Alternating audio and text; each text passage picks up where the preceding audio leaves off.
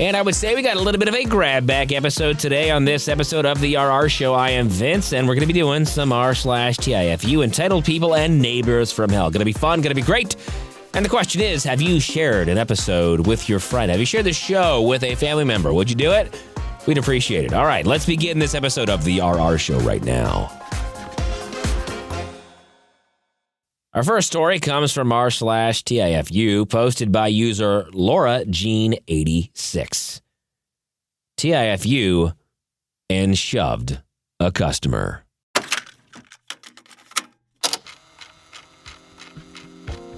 I had a relatively slow day at the pizzeria until 1 p.m. when all hell broke loose. It was just me. I got my manager's shirt on Friday and a driver. I received 8 orders within 2 minutes of each other and ran out of mushrooms on top of it. After trying to call the customer to see if they would like a substitution, I was getting more behind by the minute. The guests were frustrated but understanding until this 50-year-old Karen stopped in to pick up her order. She was with her teenage daughter and asked where her pizza was. I informed her what the situation was and that I hadn't started her food yet. And I received nothing but attitude. She berated me, told me I wasn't working fast enough, and anyone else could do a better job. I will admit I lost it after a few minutes, yelled, and told her I would get to it as soon as I can, and that I was really doing the best I could. She left, but I saw her sitting out in her car. I felt bad and decided to skip to her meal to get her out as fast as possible. I called my driver to find out that she is, of course, stuck in the snow. So, I have no backup. I call the general manager, let him know what's going on, pull myself together, and keep going. I'm on the phone with the customer, and I'm explaining the mushroom situation, and I hear, "Are you effing kidding me?" Of course, it's the woman from earlier. Of course, her pizza was supposed to have shrooms. I tell her I'll be right with her, and she comes across the desk and hangs up the phone on my call. I was incredulous and will admit I asked what she was doing. Hanging up a phone on my customer. "I'm a customer," is her response. I told her not anymore, and she needs to leave. My boss told me I could refuse service. She needs to go. Of course, she threatens to call corporate, so I give her the GM's cell number and tell her that he is on his way, and if there's anything she wants, she can wait for him. She starts yelling that she just wants her pizza. I say no, just leave. You haven't paid for it yet, I'm not serving you. She starts waving her card at me, trying to pay. I keep saying no. So she comes around the counter. She's trying to go get her pizza while I'm yelling at her to go. She opens one food warmer, doesn't find it. She then walks further into the kitchen toward the oven and me. I lost it. I freaked out. I shoved her back. That must have been her final straw because she starts screaming that she isn't calling corporate, she's calling the cops, while shoving me and putting her fist in the air like she was going to punch me. I start crying and begging her to just leave, which she finally does while she's on the phone with the police.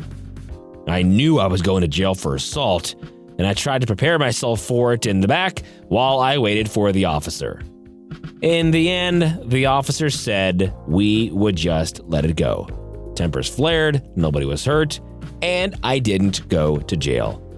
We canceled her order, and my boss helped me finish my orders and apologized to the rest of the customers.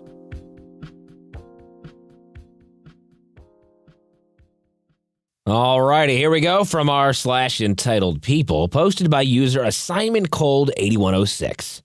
Neighbor loves Halloween.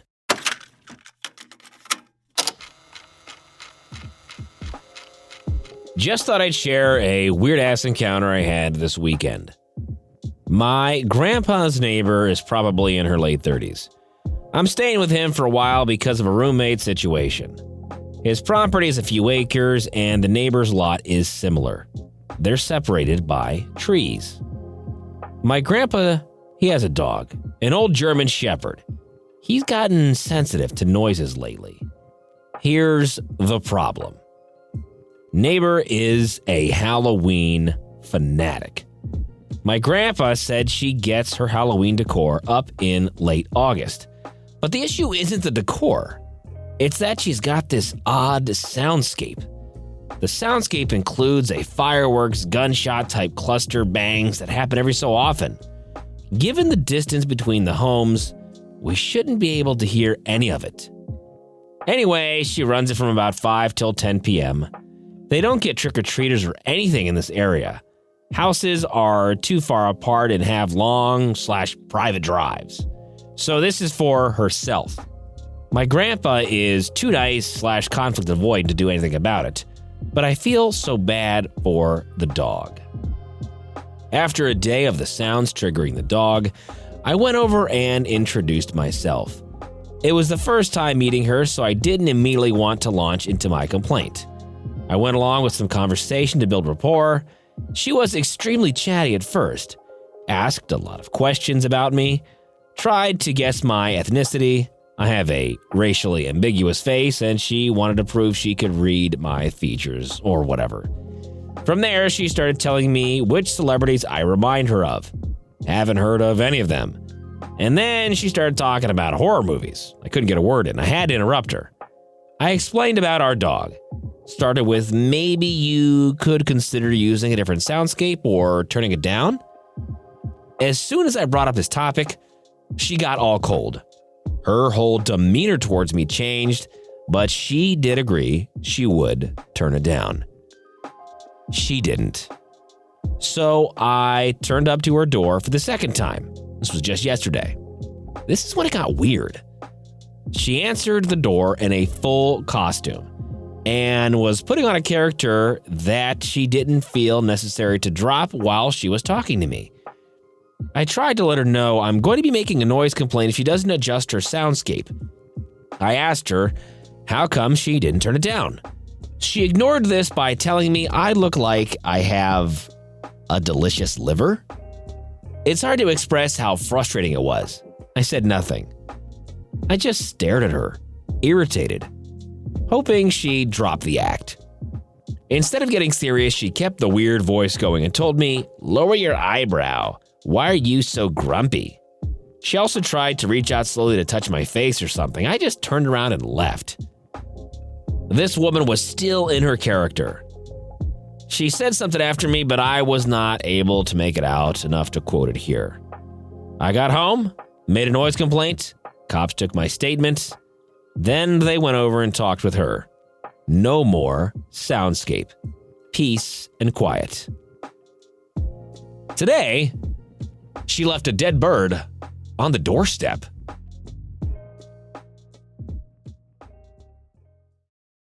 The last story for this episode comes from r/neighbors from hell. Posted by user Cherry Skull. My neighbor is too clingy. It's overwhelming.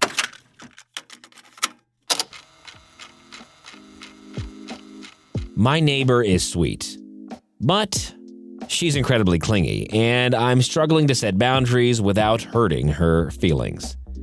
She's a stay-at-home mom with a 1-year-old toddler, and her husband works out of town most of the month. Since we moved in, she and her husband have been very welcoming, bringing us food, inviting us over. At first it was nice, but now it's too much. She told me she has no friends, but her family visits her almost daily. When her husband is home, they often try to get us to hang out with them. I've mentioned that my husband and I are introverts who enjoy our alone time, but that didn't discourage them. It's gotten to the point where I check my cameras before coming home. And if either of them are outside, we'll just run an errand to avoid running into them. One time we pulled into our driveway and her husband was already there inviting us over. The husband isn't much of a problem since he's not around as much. My biggest problem is that she calls and messages me way too often. One time, she rang my doorbell repeatedly and called me 5 times while I was in the shower, just to tell me her stuff blew into my yard. She called me at work just to gossip about a neighbor once. She has called me late at night multiple times over suspicious noises. It was just fireworks once. She called me while I had family over just to vent about her in-laws. She called me while I was visiting family just to tell me that it was going to be cold the next day, and then went on a rant about her husband. It's just unnecessary, in my opinion. Talking on the phone makes me anxious. I have communicated that I have anxiety and that socializing truly drains me, but she doesn't seem to actually get it. Also, when she calls me, it's just to vent and unload all her problems. She doesn't really ask about me. This part doesn't necessarily bother me too much, but it's something I've noticed. I get that she wants someone to vent to, but I don't really want to be that person. I work at a mentally exhausting job. When I get home from work, I just want to relax. No bra, comfy clothes, no makeup. But while I'm relaxing, I get messages like, "Hey, can you come over real quick? Hey, are you busy? Hey, can I call you?" Like, please, I just don't want to snap, but I'm getting overwhelmed. I don't mind occasional hangouts, maybe like once a month, but I don't want constant interaction. Has anyone dealt with a neighbor like this? Do they ever stop? Any advice? Side note. She has also told me several times that she can't wait for me to have kids, which worries me. If she's this clingy now, I can't imagine how worse it'll be if I have a baby. I'm worried she'll try to go over to my house constantly while I'm on FMLA, which I do not want. LOL. Surprise, a special little bonus story at the end of this episode coming from r/petty revenge. Posted by user Zayante Bear. Do not mess with me at Costco.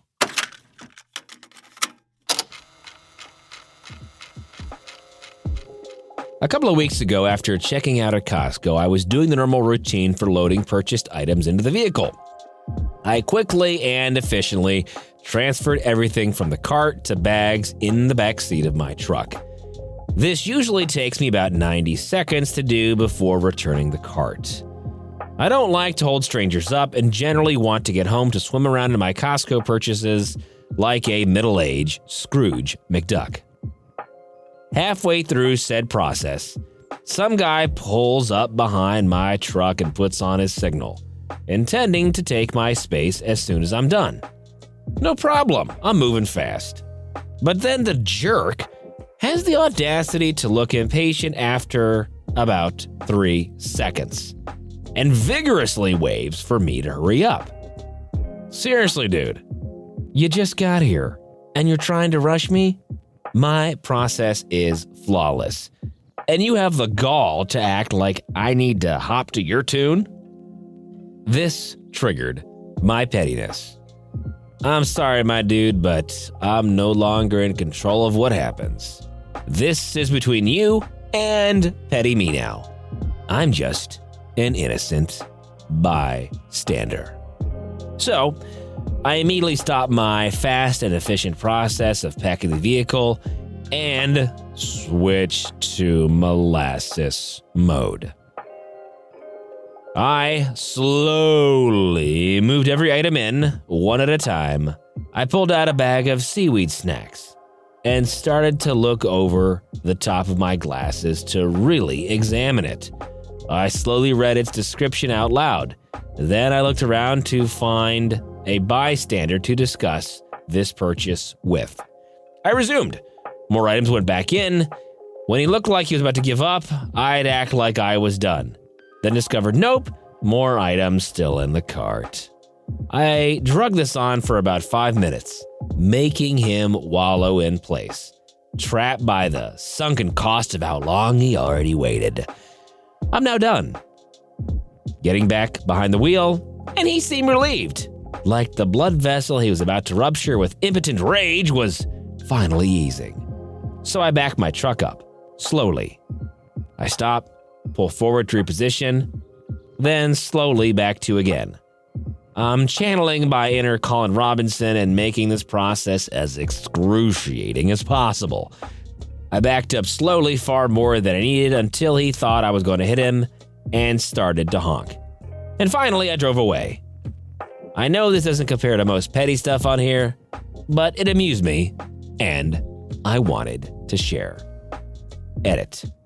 I forgot to mention the cart return was directly opposite my truck in the aisle. I'm quite tall and took very slow and deliberate strides. Unfortunately, the return was empty, or I would have spent time nesting and adjusting all the carts for better spiritual alignment. Edit 2. I forgot the other masterstroke of time wasting. Sitting there with the reverse lights on, but not moving. Knowing the slight surge of relief, thinking I was going to leave, when in reality I was describing to my partner what's going on and why I'm wasting time.